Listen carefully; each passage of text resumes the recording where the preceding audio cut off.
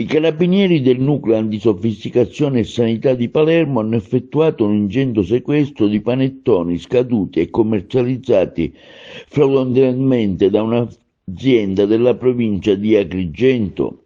I militari del NAS, in collaborazione con i carabinieri dell'Arma Territoriale, hanno ispezionato la sede di un istituto di formazione professionale di una cittadina agrigentina in provincia, dove in alcune stanze hanno rinvenuto 4.220 confezioni di prodotti dolciari pronte per essere vendute. 2.094 di queste, contenenti panettoni da 1 chilogrammo, recavano l'etichetta adesiva con la scadenza febbraio 2025, che però è risultata sovrapposta a quella originale attestante la scadenza febbraio 2024. All'arrivo i carabinieri hanno sorpreso l'addetto della società mentre incollava con precisione le etichette sulle scatole dei panettoni scaduti, alcuni dei quali, verificati a campione dagli specializzati del NAS, hanno mostrato un avanzato processo di trasformazione.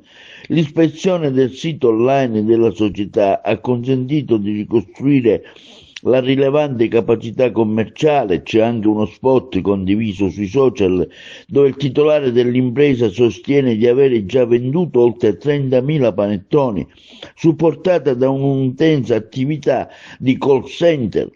Degli oltre 4.000 panettoni trovati dall'ente di formazione, 1.238 sono stati sequestrati dai carabinieri perché, nonostante fossero genuini, erano irregolarmente depositati in un luogo privo dell'autorizzazione sanitaria per il deposito degli alimenti, che ne avrebbe compromesso la tracciabilità. Analoghi sequestri sanitari sono stati effettuati contemporaneamente dai militari dell'Arma nelle filiali dell'ente di formazione professionale presenti ad Agrigento e Palermo. Complessivamente il NAS dei Carabinieri di Palermo ha sequestrato 4.246 panettoni, prodotti dolciari, creme spalmabili di vari gusti, dal peso di circa 3 tonnellate e mezzo, che se commercializzati avrebbero fruttato oltre 55.000 euro, mentre ha deferito alla Procura della Repubblica di Agrigento 2 persone ipoteticamente responsabili di frode in commercio.